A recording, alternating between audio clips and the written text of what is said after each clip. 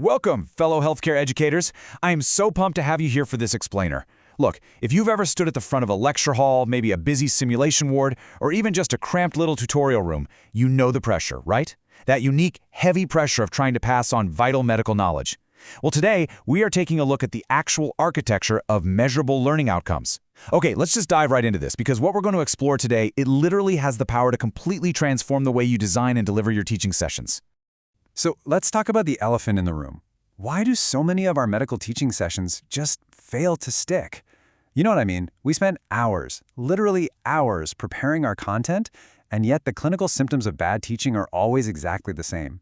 We end up with these super vague, confusing assessments, and we definitely see it in the glazed-over eyes of bored, totally unengaged students staring back at us. We really need to figure out why this happens, and more importantly, how we're going to fix it. Section 1. The problem with understanding, knowing versus doing. We're going to diagnose a really common trap that honestly pretty much every junior educator falls into, which is focusing entirely on what students should know. Let's start with a foundational definition here. A learning outcome is essentially a statement that describes what a learner will be able to do at the end of a teaching session or program. And guys, the downstream effect of this is absolutely huge. If you, sitting there as the teacher, can't clearly describe this outcome, well, you simply can't design a targeted session to actually get your students there. And worse, you absolutely cannot assess whether they actually arrived at that destination. Vague outcomes just produce vague teaching and vague assessments. It's a domino effect. Now look at this word, DO. It is, without a doubt, the single most critical word in this entire explainer. When we're writing our outcomes, the goal isn't what they'll know. It's not what they'll understand. It is strictly about what they will do. This is where the real magic happens, and it requires a total fundamental shift in how we approach our jobs as educators. All right, moving on to Section 2, Outcomes over Content, a shift in medical education. We've got to shift our entire mindset away from what should I teach and start asking what must the student actually do. See, we have to stop asking ourselves, what should I teach today, and replace it with a much more vital question. What must the student be able to do by the time they walk out of this room? And this isn't just some modern fad, you know? It's a profound historical shift. We used to rely heavily on this old-school coverage-based thinking, obsessing over what content to cram into a single lecture. But in the 1990s, the idea of outcomes-based education really took off.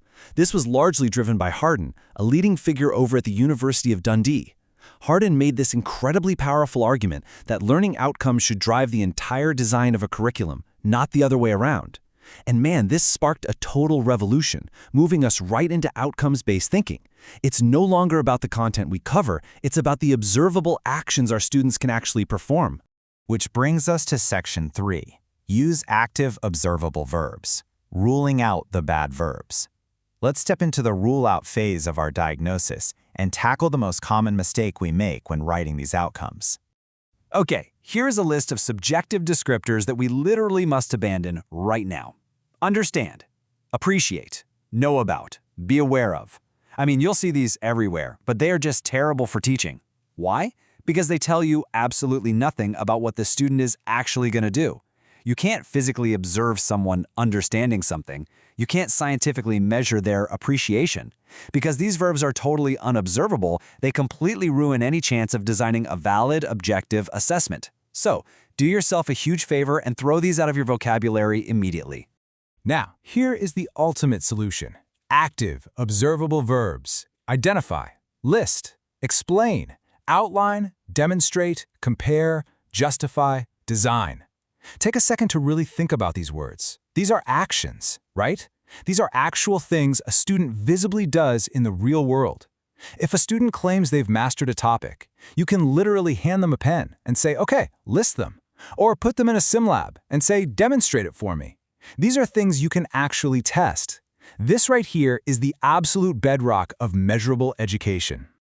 Up next, Section 4, the perfect outcome formula, the anatomy of an outcome. We're going to introduce the systematic anatomy of a well-written learning outcome. And I want you to treat this exactly like a clinical procedural checklist. So how do we actually build one of these perfectly? Well, if you miss a step on a clinical checklist, the procedure fails, right? Same thing here, 5 straightforward steps. First, the time frame. When does this happen? Second, the learner, who is actually doing it. Third, the active verb, we just talked about those. Fourth, the content, what exactly is the medical topic? And fifth, the context, providing enough detail to make the outcome actually meaningful in a real clinical setting. When you assemble these 5 pieces, you construct the absolutely perfect, measurable outcome. Let's take a look at a beautifully crafted example and map it directly back to our formula. By the end of this session, bam, there's your time frame. Students will be able to, there's your learner, identify an active, highly observable verb, the clinical features of neutropenic sepsis, that's our specific medical content, in a patient who has recently received chemotherapy, and there is the crucial clinical context. It's clear, it's highly specific, and most importantly, you can entirely test it. All right, our final section, Section 5, difficulty and learner autonomy, setting the right expectations.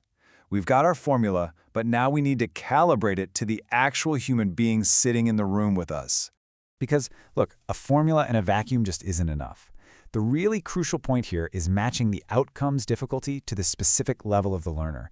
Think about it for a second. A first-year medical student and a final-year medical student. They require completely different learning outcomes, even if they are studying the exact same medical topic.